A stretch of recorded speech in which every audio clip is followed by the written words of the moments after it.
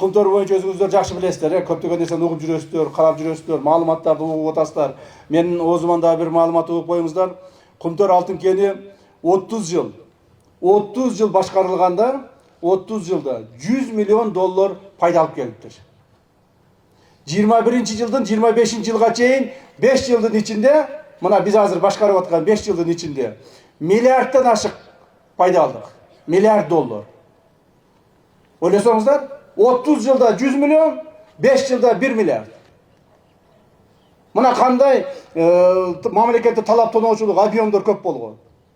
Булар алтынды өздөрү чыгарган, өздөрү эсептеген, өздөрү ар айда вертолетко салып алып чыгып кетип атышкан. Самолетко салып алып чыгып кетип атышкан.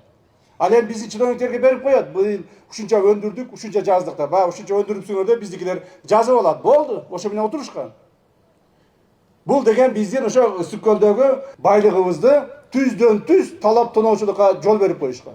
Себеби алар ошо өздөрү ошонун долясын алып, жеп тыйынын алып отурушкан. Ал эми Садыр Кожоевич келгенден кийин ушундай максат койду, биз биринчи рет Кумтөрдү кайтарып алышыбыз керек деп. Кумтөрдү 1 жылдын ичинде кайтарып алдык, Кудай кааласа. Кайтарып ала албайсыңар. Бул деген жомок, бул деген укук бузуучулук, бул деген туура эместик. Аларды тийбеш керек. Алар инвесторлор деп канчалаган адам бизди жамандады. Биз эсиңердеби? Канчалаган жаман сөздөргө калдык. Бирок ошого карабастан Кумтөрдү алдык эле, мына 5 жылда 1 миллиард доллар пайда көрдүк.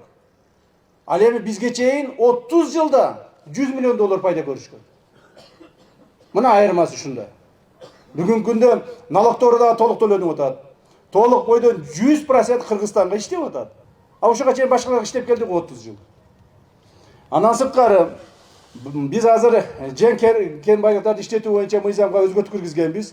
Бүгүнкү күндө ким кайсыл лицензияны алган күндө дагы 30% мамлекетке милдеттүү түрдө мыйзамдын чегинде мамлекетке жазып анан кийин лицензия алат.